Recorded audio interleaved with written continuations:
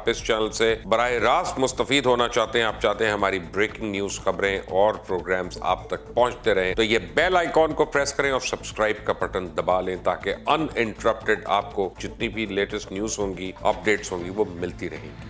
अस्सलाम वालेकुम, आप देख रहे हैं मुबश्शिर लुकमान यूट्यूब चैनल। मेरा नाम मुबश्शिर लुकमान है। चुड़ैल बड़ी अंदर की खबरें लेके आई है। हर एक आधी खबर पे चुड़ैल कंफ्यूज भी हो गई है और मुझे कहने लगी कि आप भी रीचेक कराएं, आप भी वेरीफाई कराएं कि ये हो क्या रहा है। मैंने कहा भाई बस यही है जो हो रहा है और इसी तरह हो रहा है। लेकिन पहली खबर जो उससे दी वो बड़ी अहम है कि मरियम सफदरवान जो 6 साल वज़ीर आज़म हाउस के अंदर क़याम पज़ीर रहीं और इस वजह से रहीं वहाँ पे कि वो नवाज शरीफ साहब की साहबजादी हैं, इसलिए नहीं कि वो वज़ीर आज़म थी पाकिस्तान की। एक शादीशुदा औरत, वो अपने ससुराल नहीं रहना चाहती, वो अपने घर में नहीं रहना चाहती, वो अपने बाप के घर में नहीं रहती, वो वज़ीर आज़म हाउस में जाके रहती है। खैर, उसके बाद क्या हुआ कि उसने वहाँ पे 80 करोड़ रुपए से ज़्यादा के तोहफ़ जो हैं वो वसूल भी किए और ऐंठ भी लिए।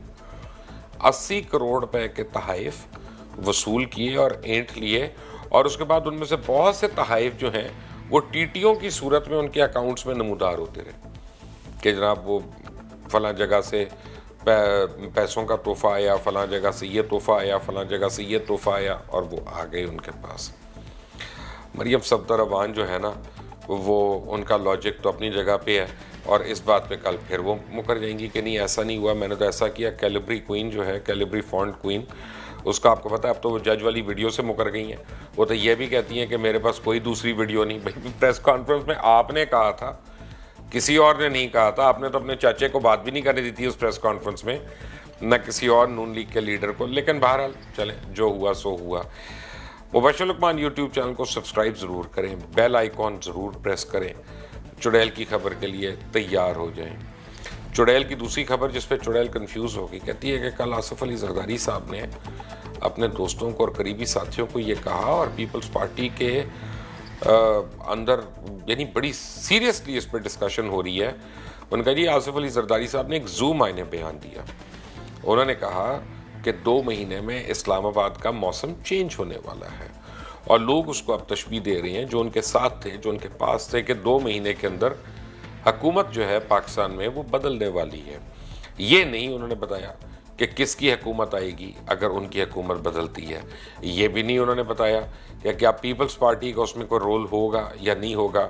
लेकिन जरदारी साहब से किसी ने सवाल ये किया था कि आप एप्लीकेशन क्यों विड्रॉ कर रहे हैं जेल में एसी लगवाने की या पंखा लगवाने की, तो उसके ऊपर उन्होंने मुस्कुरा कर ये जवाब दिया कि 2 महीने के अंदर इस्लामाबाद का मौसम तब्दील होने वाला है। और लोगों ने इसका मतलब जो है इसको पॉलिटिकल उससे लिंक करना शुरू कर दिया। अच्छा, दूसरी तरफ अब जो कंबाइंड ऑपोजिशन है ना, वो भी मिलकर अब ये दावे करना शुरू हो गई है कि 2 से 3 महीने के अंदर हुकूमत गिर जाएगी। मुझे खुद लोग आकर मिले हैं, उन्होंने आकर मुझे कहा कि जी मार्शल लॉ आ रहा है, उन्होंने कहा कि नेशनल गवर्नमेंट आ रही है, उन्होंने मुझे कहा कि जी कंसेंसस गवर्नमेंट आ रही है जैसे बांग्लादेश में ऐसा हुआ था, टेक्नोक्रेट्स की गवर्नमेंट आ रही है। ये सब थ्योरीज जो हैं, अब जितनी हुकूमतें ला रहे हैं लोग, तो उनमें से कोई ना कोई तो सही हो ही जाएगा या कोई ना कोई जो है उसकी शायद प्रेडिक्शन सही हो जाए। बट क्या इमरान खान की हुकूमत जा रही है या नहीं, that is the important question. और इसका जवाब तो वो लोग दे सकते हैं जो हुकूमत में है या हुक्मरान हैं कि वो कितना अपने आप को कंफर्टेबल वहाँ पे फील कर रहे हैं। लेकिन इस वक्त अपोजिशन ने ये बाकायदा इसका बरमला इजहार करना शुरू कर दिया, ना सिर्फ निजी महफिलों में बल्कि अब ये वहाँ से निकलकर टॉक शोज की जीनत बनना शुरू हो गई है ये आर्ग्यूमेंट। अच्छा, अब बिलावल भुट्टो जरदारी जो हैं वो आजकल बहुत वावेला मचा रहे हैं और उनका कहना है कि आसिफ अली जरदारी को फौरी तौर पर रिहा किया जाए, वरना हम अब जो है स्ट्राइक करेंगे, हम हड़ताल करेंगे। काश बिलावल जरदारी या मरियम नवाज़ या दीगर कायदीन जो हैं वो कश्मीरी अवाम से यकजहती के लिए भी हड़ताल करते, कश्मीरी अवाम की से यकजहती के लिए भी वो वफूद बनाते और वो दीगर इंटरनेशनल रहनुमाओं को मिलते, कश्मीर में होने वाले मजालिम के ख़िलाफ़ भी वो यहाँ पे कोई APC बुलाने की बात करते। लेकिन कश्मीर कमेटी के 11 साल सरबराह रहने के बावजूद फजल रहमान साहब, उनके तो होंठ सील्ड हैं, उनके तो होंठ बंद हैं। लेकिन बात चल रही है आजकल डील की, और चुड़ैल का ये कहना है कि $2 बिलियन तो ऑफर हो चुके हैं।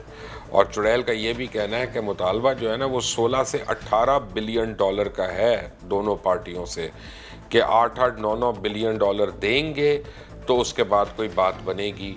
और चुड़ैल का ये कहना है कि अभी वो कंफ्यूज्ड है कि वो थर्ड पार्टी जो है डील करना चाहते हैं ताकि उससे हुकूमत को पैसे मिल जाएं और उनकी सियासत जो है वो भी बच जाए। वरना अगर लोगों को एक दफ़ा पता चल जाए कि जी फलां ने $9 बिलियन ये कह के वापस किया है कि ये हमने लूटा हुआ था या खाया हुआ था, अब आपको वापस कर रहे हैं, तो फिर उनका सियासी करियर तो दफन हो गया। तो वो थर्ड पार्टी एश्योरेंस चाह रहे हैं।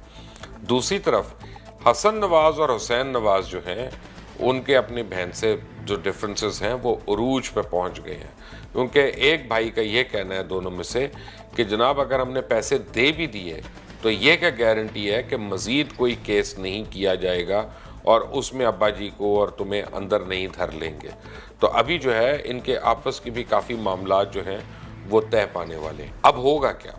अब होगा ये कि आने वाले दिनों में आप देखिएगा कि बीमारियां जो हैं वो बढ़ना शुरू हो जाएंगी, और वो बीमारियां जो किताबों में आप पढ़ते थे बड़ी खौफनाक किस्म की बीमारियां, वो मुख्तलिफ मरीज़ों को लाहक होना शुरू हो जाएंगी, जिनका इलाज जो है पहले जेल में नहीं हो सकेगा, उसके बाद उनको बाहर आना पड़ेगा, और कुछ 1 महीने के बाद जब वो जेल से बाहर आएंगे तो फिर उन बीमारियों का इलाज जो है वो सिर्फ़ और सिर्फ बैरून मुल्क होगा, और बैरून मुल्क भी इंग्लैंड के अंदर होगा।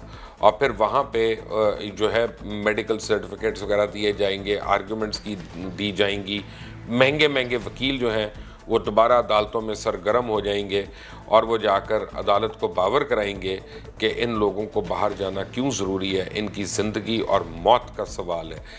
अफसोस की बात यह है कि जब ये लोग इक़्तिदार में होते हैं तो एक दिन के लिए भी बीमार नहीं होते, कभी नज़ला ज़ुकाम खांसी बुखार वाली ख़बर भी नहीं हमें पता चलती, और वैसे तो लम्हा बलहमा की ख़बर मिल जाती है।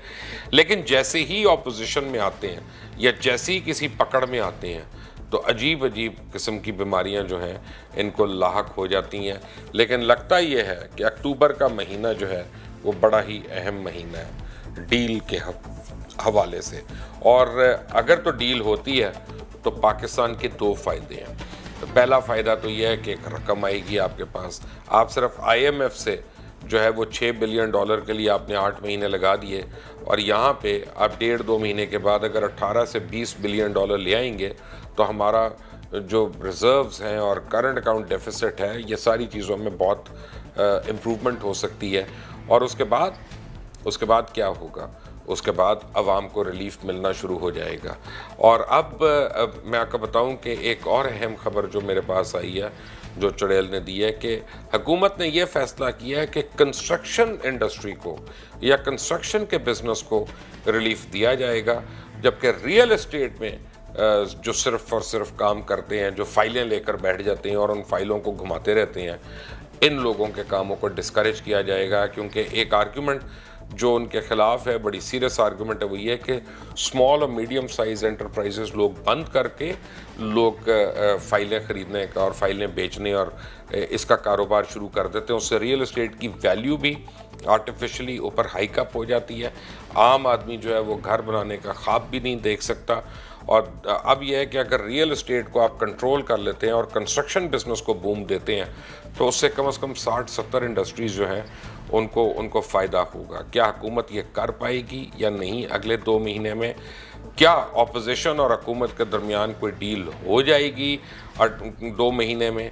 क्या 18 से 20 बिलियन डॉलर यकमुश्त आएंगे कि 1 साल के ऊपर स्प्रेड होके आएंगे, या क्या ये सारी की सारी रकम कतर से आएगी कि इसमें कोई और इंडिविजुअल्स भी शामिल होंगे? इन सब बातों का जवाब अक्टूबर तक सामने आना शुरू हो जाएगा।